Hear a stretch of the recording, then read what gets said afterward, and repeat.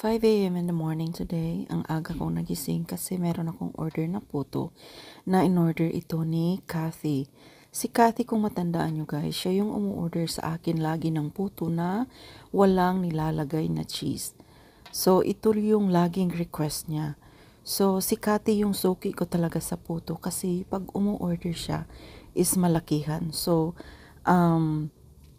remember one of my posts last Thanksgiving last year na umorder siya ng 250 pieces na puto kasi dadalhin niya sa pamilya niya doon sa Texas. Kasi dito sa US guys, lahat ng mga tao dito ay nagse-celebrate talaga ng Thanksgiving. At yun yung pinakamalaking celebration dito, yung Thanksgiving and 4th of July. So matandaan yun nung ang dami kong ginawang puto mula umaga ay talagang puno yung counter ko ng klase-klaseng kulay ng puto. If I could still remember, siguro mga 4 na flavor yung in-order niya na strawberry, ubi, vanilla, pandan, at tsaka ano pa ba yun? Basta 4 na klase yata yung flavor na ni-request niya. So, pag mga puto guys, si Kati talaga yung talagang solid na loyal customer ko when it comes to puto. So, nag-order siya ngayon kasi Super Bowl dito this week. So, kaya umorder siya ng 75 piraso na puto. And then, meron din akong order ng isang customers din. So, pinagsabay ko nang gawin para hindi na ako maabala mamaya. Kasi when you make puto, kailangan mo talaga ng enough time.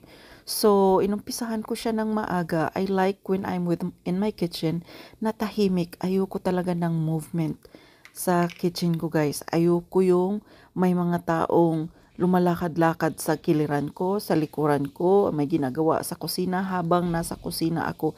Ewan ko guys kung ako lang ba. Basta ayoko talaga ng may mga movement sa paligid ko kasi ayokong madumihan yung mga luto ko, ayokong malagyan ng buhok kasi nga may mga aso kami. So, pag gumagawa ako ng puto, talagang nag-uumpisa akong magluto ng maaga kasi I know na tulog pa yung mga anak ko, tulog pa yung asawa ko, pati si Bella and Kobe. So, tulog pa sila. By the time na matatapos na yung luto ko, so, yun na, gising na sila. So, tapos na ako. So, yun ang lagi kong sinasabi sa mga anak ko. Pag nagluluto ako, ayoko yung naglalakad-lakad kayo sa kusina o nagluluto kayo, kumakain kayo. Basta ayoko lang talaga nag-moment. I'm very aware and very careful when it comes to my cooking kasi ayoko magka-problema sa aking mga customers. Kasi dito sa Amerika guys, Diyos ko, pihikan yung mga tao.